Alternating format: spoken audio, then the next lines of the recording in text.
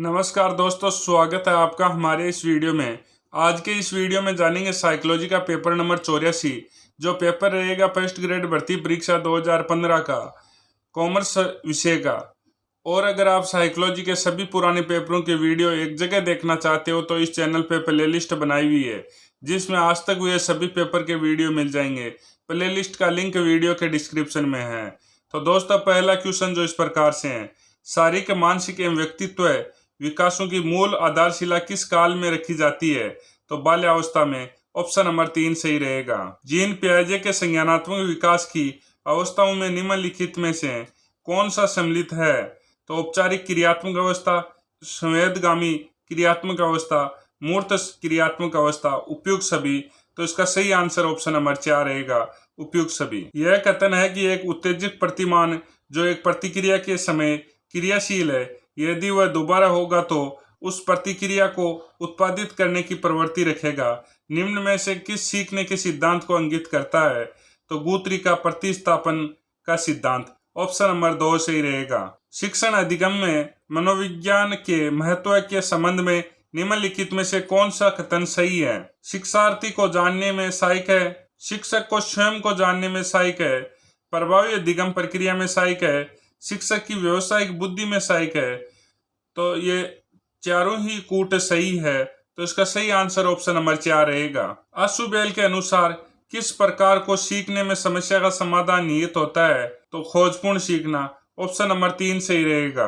दो या दो से अधिक व्यक्तियों के मध्य तथ्यों, विचारों, मतों तथा भावनाओं का आदान प्रदान कहलाता है। तो संप्रेषण। ऑप्शन नंबर 3 सही रहेगा। एजुकेशन साइकोलॉजी कॉग्निटिव व्यू पुस्तक किस प्रसिद्ध मनोवैज्ञानिक की है? तो डेविड आशुबेल। ऑप्शन नंबर 2 सही रहेगा। निम्नलिखित में से कौन सा शिक्षण प्रतिमान का कार्य नहीं है?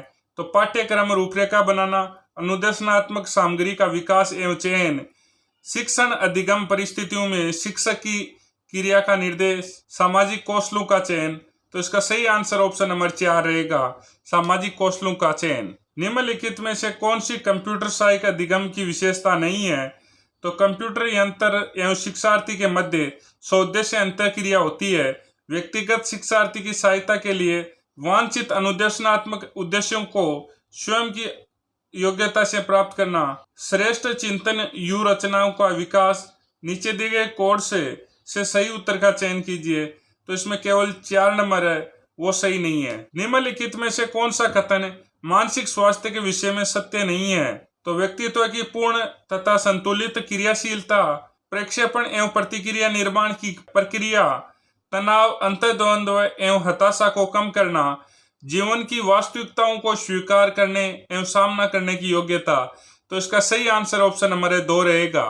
दोस्तों, ओल्ड पेपर के इंपोर्टेंस को देखते हुए पेपर साथी ऐप लेके आया है साइकोलॉजी की टेस्ट सीरीज, जिसमें आपको मिलेंगे 15 चैप्टर वाइज टेस्ट, जिसमें इंपोर्टेंट क्वेश्चन व ओल्ड एग्जाम क्वेश्चन रहेंगे। और साइकोलॉजी के आज तक हो चुके 134 पुराने पेपरों के टेस्ट है। आरबीएसई बोर्ड की साइकोलॉजी की कक्षा 11-12 की बुक के चैप्टर वाइज टेस्ट रहेंगे। यह सब कुछ आपको इस टेस्ट सीरीज में मिलने वाला है। टेस्ट सीरीज का लिंक वीडियो के डिस्क्रिप्शन में है। निम्न में से कौन सा विद्यालय प्रभावशीलता के मूल निर्धारक कारक हैं? तो पाठ्यचर्या, शिक्षक, प्रबंध तंत्र, उपयुक्त सभी। तो इसका सही आंसर ऑप्शन नंबर 4 रहेगा, उपयुक्त सभी। शिक्षा में व्यवहारवाद का विचार किस मनोवैज्ञानिक ने दिया? तो जॉन वॉटसन ने। ऑप्शन नंबर 2 सही रहेगा। शैक्षिक तकनीकी जिसका उद्गम भौतिक विज्ञान एवं अभियांत्रिकी से है। तो शैक्षिक तकनीक फर्स्ट, शैक्षणिक तकनीक सेकंड, कठोर उपागम, मृदु उपागम। तो नीचे दिए कोड से सही उत्तर का चयन कीजिए। तो 1 नंबर और 3 नंबर। तो सही आंसर ऑप्शन नंबर 3 रहेगा। निम्नलिखित में से कौन सा संवेगात्मक बुद्धि का आयाम नहीं है? तो संवेगों का प्रत्यक्षीकरण, मूल्यांकन और अभिव्यक्ति, संवेगों की समझ तथा विश्लेषण, समस्या समाधान की जन्मजात क्षमता, चिंतन की संवेगात्मक सुगमीकरण। ऑप्शन नंबर 3 सही रहेगा। प्रणाली के निम्नलिखित तत्वों को उनके सही क्रम में व्यवस्थित कीजिए।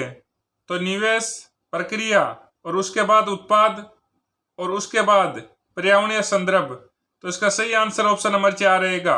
निम्नलिखित में से कौन सा स्तर लॉरेंस कोहलबर्ग के नैतिक विकास के सिद्धांत में नहीं है? तो परंपरागत स्तर, पूर्व नैतिक स्तर, क्रियात्मक स्तर, आत्म अंगीकृत नैतिक मूल्य स्तर। तो इसका सही आंसर ऑप्शन नंबर 3 रहेगा। पियाजे के अनुसार नैतिक विकास की अवस्थाएं अंकित कीजिए।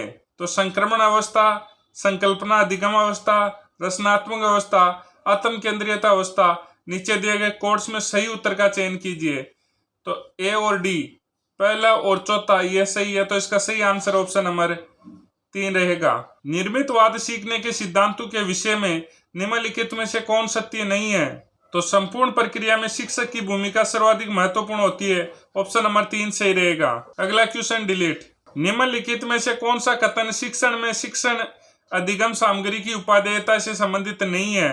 तो शिक्षण के मूल्यांकन की प्रक्रिया में सहायक है, ऑप्शन नंबर 2 सही रहेगा।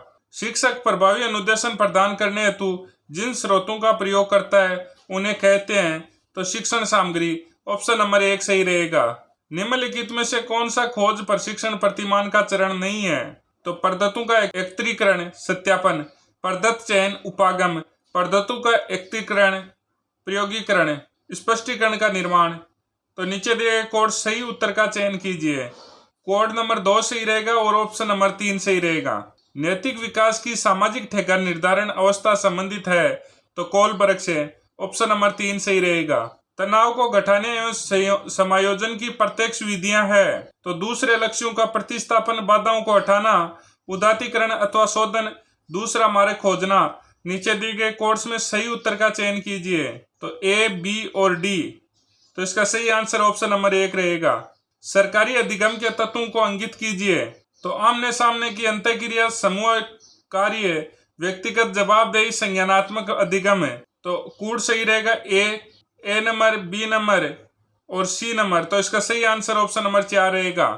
किशोरों के मानसिक स्वास्थ्य पोषण के लिए निम्नलिखित में से कौन सी निर्देशन तकनीक नहीं है? तो कठोर कार्य, प्रतिस्पर्धा एवं गृह कार्य, ऑप्शन नंबर 3 सही रहेगा। आदत ज्ञान एवं अभिव्यक्तियों का अर्जन कहलाता है तो अधिगम, ऑप्शन नंबर 3 सही रहेगा। निम्नलिखित में से कौन सा प्रकार्य के अनुसार अधिगम प्रकार नहीं है?